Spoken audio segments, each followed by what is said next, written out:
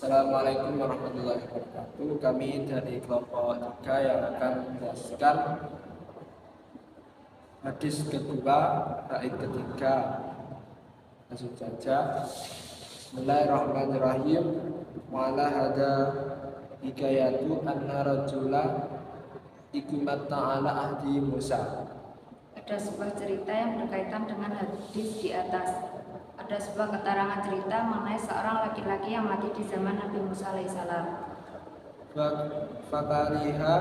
Fakarihan nasu faslahu wa dafnahu lifiskihi fa'akhudu birijlihi wa tarrahu fil majbalati fa'auhallahu ta'ala ila Musa. Pada saat itu, orang-orang enggan memandikan dan menguburkan jenazahnya karena kefasikannya. Kemudian mereka memegang kakinya, menyeretnya, dan membuangnya di tempat sampah. Kemudian Allah memberikan wahyu kepada Musa alaihissalam. Wa qala ya Musa matta rajulun fil halatil fulani fil majbalati wa huwa waliyu min awliyai walam yasiluhu walam yukafinuhu walam yadfanuhu fa idhab anta farsilu wa kafihu wa salli alaihi wadfahu faja'a Musa alaihi salam. Hai Musa, ada seorang laki-laki yang telah mati di kampung ini dan dibuang di tempat sampah ini. Ia adalah salah satu kekasihku. Orang-orang enggan memandikan, mengkafani dan menguburkan. Pergilah, mandikanlah ia, kafanilah ia, sholatkan ia, dan kuburkanlah ia, perintah Allah. Illa tilka mahallati wa sa'alahum anil maiti faqalu lahu matta rajul bisifati kada wa kada wa innahu kana fasiqan mu'linan faqala aina makanuhu fa innallaha ta'ala auha ilayya bi ajlihi qala fa'limuni makanuhu fadahabu falamma rahu Musa alaihissalam. Kemudian Musa alaihissalam mendatangi kampung tersebut dan bertanya kepada penduduk tentang mayat laki-laki itu. Laki-laki itu telah mati dalam keadaan demikian. Ia adalah orang fasik dan laknat, kata penduduk. Musa alaihissalam bertanya, di mana tempat mayitnya? Allah telah memberi wahyu untuk mengurusnya. Beritahu aku di mana mayit itu berada. Lalu penduduk memberitahu dan mengantarkan Musa ke tempat mayit laki-laki itu berada. Akhirnya Musa pergi ke tempat itu. Natruhan fil majbalati wa akhbaruhu annasu an su'i af'alihi.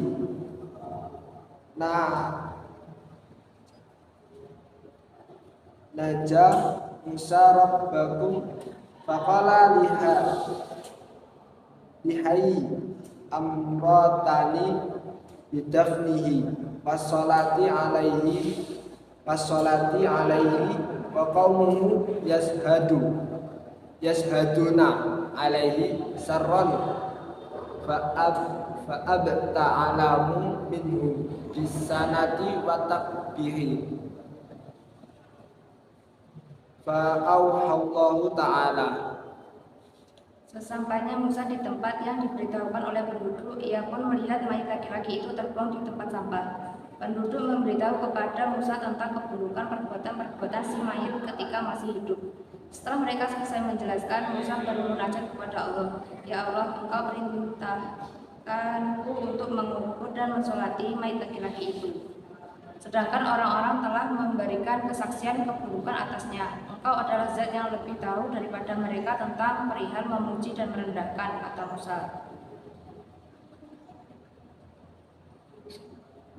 Ilahi ya Musa sadaqa qaumuhu fima hakam anhu min su'i af'alihi khaira annahu tasaffa'a ilayya inda wafatihi bisalasati asya'a law sa'ala biha minni jami'ul mudnibina min khalqi li'aqtanu fa kaifa la arhamuhu faqad sa'ala nafsahu wa ana arhamur rahimin. Lalu Allah berfirman, hai Musa, benar apa yang telah dikatakan oleh penduduk tentang keburukan perbuatan laki-laki itu. Hanya saja laki-laki itu meminta syafaat dariku pada waktu kematiannya dengan merayuku melalui 3 hal yang mana andai seluruh pendosa memintaku dengan rayuan 3 hal tersebut, maka aku akan memberikannya. Lantas, bagaimana bisa aku tidak mengasihi laki-laki itu? Padahal ia meminta kepadaku dengan hatinya, sedangkan aku adalah Allah Zat yang Maha paling mengasihi. Qala Musa, ya Rabbi, wama salah satu. Qala Allah Ta'ala, lamma danat wafatuhu.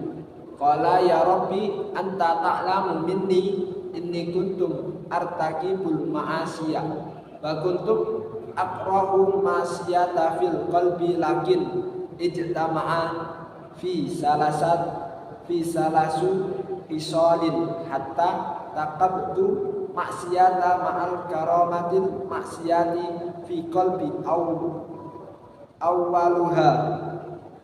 awwaluha hawan nafsi wazafiku warafiku su'ul wal iblisu laknatullahi alaihi wa hadhihi salasa alqani fil maksiyati fa innaka ta'lamu minni ma'akulu faghfirli wasaniyatu.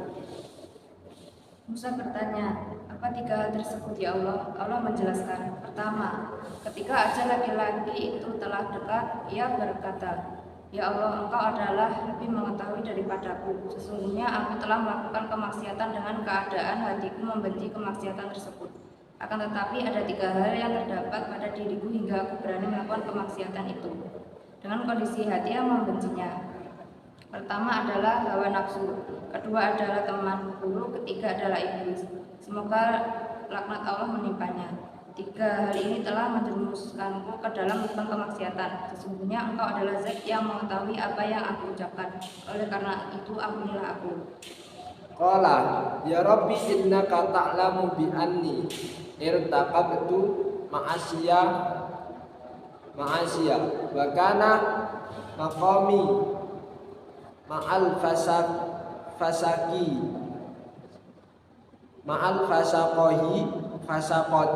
lakin ahabbus suhbatas sholihin wa zuhdamu wal maqamu ma'ahum kana ahabba ila minal fasikin.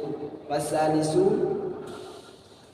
kedua, ketika ajal laki-laki itu telah dekat, ia berkata, sesungguhnya engkau mengetahui kalau aku telah melakukan kemaksiatan di mana posisiku di saat itu adalah bersama orang-orang fasik. Akan tetapi aku senang berteman dengan orang-orang solih dan aku menyukai kezuhudan mereka. Posisiku bersama mereka adalah lebih aku disukai daripada bersama orang-orang fasik. Wasalisu qala lihali innaka ta'lamu minni anna sholihin kanu ahabba ilayya minal fasikin hatta lawis taqbalani rajulani sholihun watolihun laqaddamtu hajatan sholihin ala tolihin. Ketika ajal laki-laki itu telah dekat, ia berkata, ya Allah, sesungguhnya Engkau tahu daripadaku kalau orang-orang soleh lebih aku sukai daripada orang-orang fasik. Hingga andai ada 2 orang, yang 1 orang adalah soleh dan yang satunya adalah orang buruk mendatangiku, maka aku akan mendahulukan untuk memenuhi hajat orang satu yang soleh dan mengakhirkan hajat orang yang buruk. Qala fi riwayati Wahab bin Munabbih qala ya Rabbi law afauta wa afarta dunubi yafrahu awliya'uka wa anbiya'uka wa yahzunu saitanu aduwi wa'adduka walau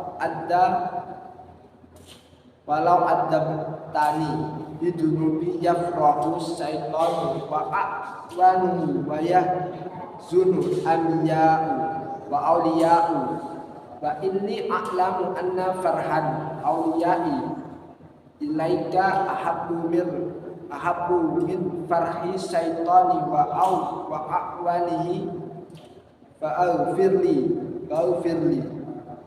Allahumma innaka ta'lamu minni ma aqulu farhamni watajawazau anni. Dalam riwayat Wahab bin Munabbah, perkataan laki-laki yang ketiga adalah, Ya Allah, andai engkau memaafkan dan mengampuni dosa-dosaku, maka para wali dan para nabimu akan senang, dan setan musuhmu dan musuhku akan bersedih. Tapi apabila engkau menyiksaku, maka setan dan teman-temannya akan senang, dan para nabi dan para walimu akan bersedih. Dan aku tahu kalau rasa senang para wali kepadamu adalah lebih engkau sukai daripada rasa senang setan dan teman-temannya. Oleh karena itu, ampunilah aku ya Allah. Sesungguhnya engkau mengetahui apa yang aku ucapkan. Kasihanilah aku dan maafkanlah aku.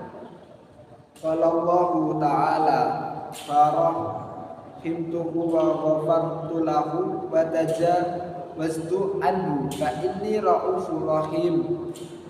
Khassatan liman aqarra bid-dambi baina yadayya wa hada aqarra bid-dambi fa ghafartu lahu wa tajawaztu anhu.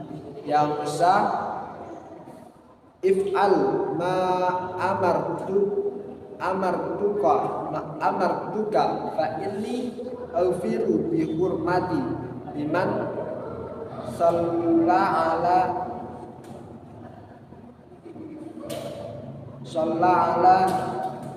jannazati wa hadara nahu.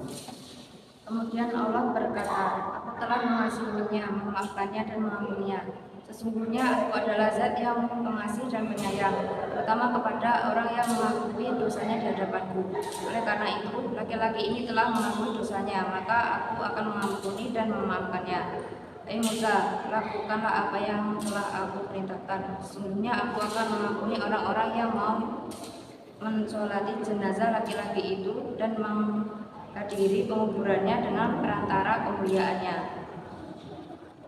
Jadi mengenai tentang hadis kedua bait 3 ini ada sebuah kisah seorang laki-laki yang fasik dan terlaknat, yaitu pas nanti sangat tidak dipermanusiakan di desanya itu, sampai dibuang ke sebuah tempat yaitu tempat sampah. Lalu Nabi Musa itu tadi diberikan wahyu kepada Allah Subhanahu wa taala untuk menerusi mayitnya itu tadi, untuk biar disolati, biar dimandiin, biar dikain kafan, lalu dikubur itu. Si laki-laki itu adalah ternyata kekasihnya Allah, wali Allah gitu. Kenapa kok menjadi walinya Allah? Karena dia itu suka bergaul dengan para wali lainnya gitu, yang sebelumnya itu dia seorang fasik yang terlaknat menjadi seorang wali karena dia itu suka sama orang-orang alim. Jadi sebelum dia wafat, dia itu berdoa kepada Allah biar dosa-dosanya itu diampuni. Jadi kesimpulannya di sini kita itu harus banyak-banyak dekat sama para ulama-ulama biar kita itu kecipratan barokahnya juga ilmunya. Dan jangan putus asa untuk berdoa, selalu berdoa. Insyaallah Allah Subhanahu wa taala akan mengampuni doa kamu semuanya, meskipun itu tidak secara langsung. Sekian dari kami kelompok 4. Wallahu alam. Assalamualaikum warahmatullahi wabarakatuh. Waalaikumsalam.